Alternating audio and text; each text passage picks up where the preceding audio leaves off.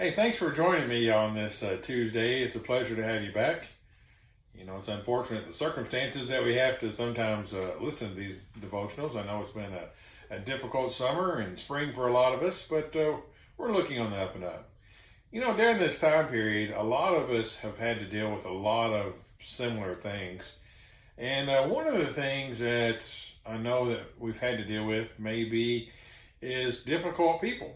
Have you had to deal with a difficult person before?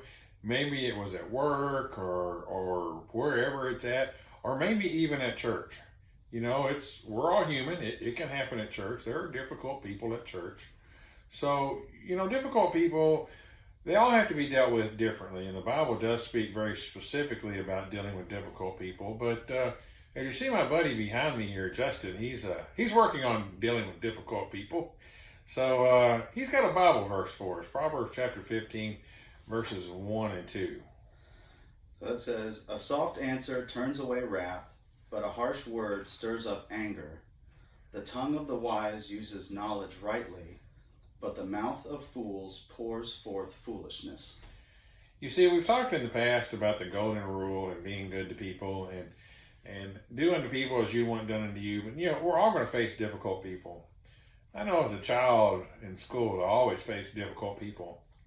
My son Mason the other day asked me if I was ever bullied at school. And I said, well, of course, old son. I said, very few people weren't. And he asked me how I dealt with it. And I said, well, it just depends on the situation, how we dealt with it. Sometimes you just deal with it. Other times you push back. Other times you tell an adult. And certainly times have changed since then. What we define as a bully even is different. But it just basically comes from difficult people. Now, the circumstances this year that we're dealing with, we're dealing with difficult people. And we at times ourselves struggle with that. Maybe you're the difficult person. It's hard to say. I believe Justin has a little quote for us when it comes to that. One of my favorite quotes from Mark Twain says, "It is better to keep your mouth closed and let people think you are a fool than to open it and remove all doubt." You understand that? Sometimes when we open our mouth, we become that fool. I was telling Justin a while ago, my dad often told me, I come home one day to tell him about somebody at work that was always causing people problems. And he's like, son, there's difficult people everywhere we go, whether it's at work or wherever it is. There's always that one, it seems like. And he said, if you can't find that one person, it could be you.